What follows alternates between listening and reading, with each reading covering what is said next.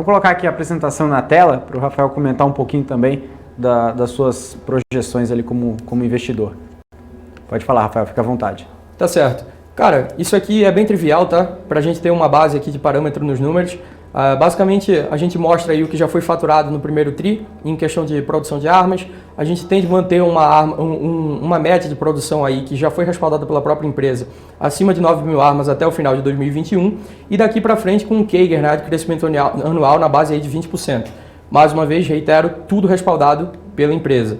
Quando a gente olha para a questão de dólar e ticket médio, ok, para a gente se manter de maneira mais conservadora possível, a gente tenta perpetuar esse dólar em patamares mais baixos, tá? Para entender o eventual impacto tanto nas margens, quanto na teórica receita e, enfim, no final lucro, né, que a empresa tende a gerar. Quando a gente olha para esse ticket, a gente vê uma redução no ticket do primeiro trimestre em detrimento ao consolidado de 2020. Isso acende um alerta. Por que isso? O que aconteceu? Olha, isso pode dizer muito sobre o planejamento estratégico que a companhia vem adotando, que é de simplesmente aumentar a produtividade, dar ênfase a produtos de menor valor agregado, porém que tem linhas processuais um pouco mais fáceis e tendem a incrementar a margem EBITDA.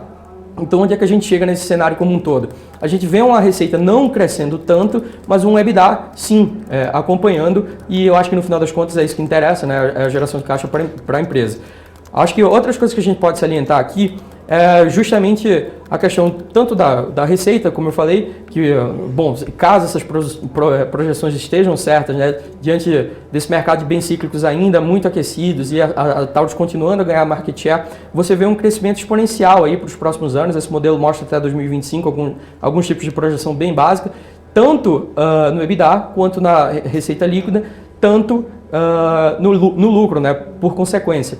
Eu acho que é interessante vocês verem aqui que tanto as margens líquida quanto o EBITDA, elas decrescem ao longo do tempo.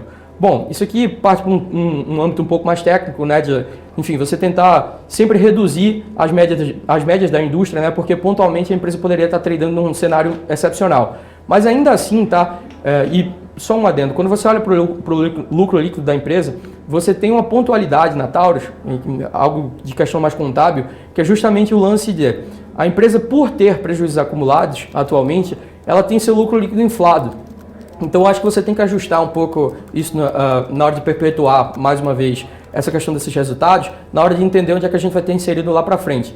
Olha, antes de estipular aqui um potencial upside para a ação, por assim dizer, vamos dar uma olhada na dívida bruta, tá? Que eu acho que na líquida, perdão, que eu acho que sempre é um dos principais temores aí do investidor quando investe numa empresa em cenário de turnaround. Olha, na situação que a gente tem atualmente, com a geração de caixa que é respaldada pela empresa, com essas margens e patamar de dólar, enfim, eu acho que está bem elucidativo aqui na apresentação, a empresa, em um cenário onde você já aprovisione todo o CAPEX aprovado para 2021, pode chegar no final do ano sem nada de dívida líquida, tá? É óbvio que, assim, acho que é importante a gente explicar que dívida bruta não é dívida líquida, né? Você desconta o caixa que a empresa tem no final do período, justamente em cima dos vencimentos que ela tem para com seus credores. Mas eu acho que isso é muito interessante em ressaltar para o investidor, o potencial investidor da tese, que a percepção de risco da tese foi totalmente diluída, né?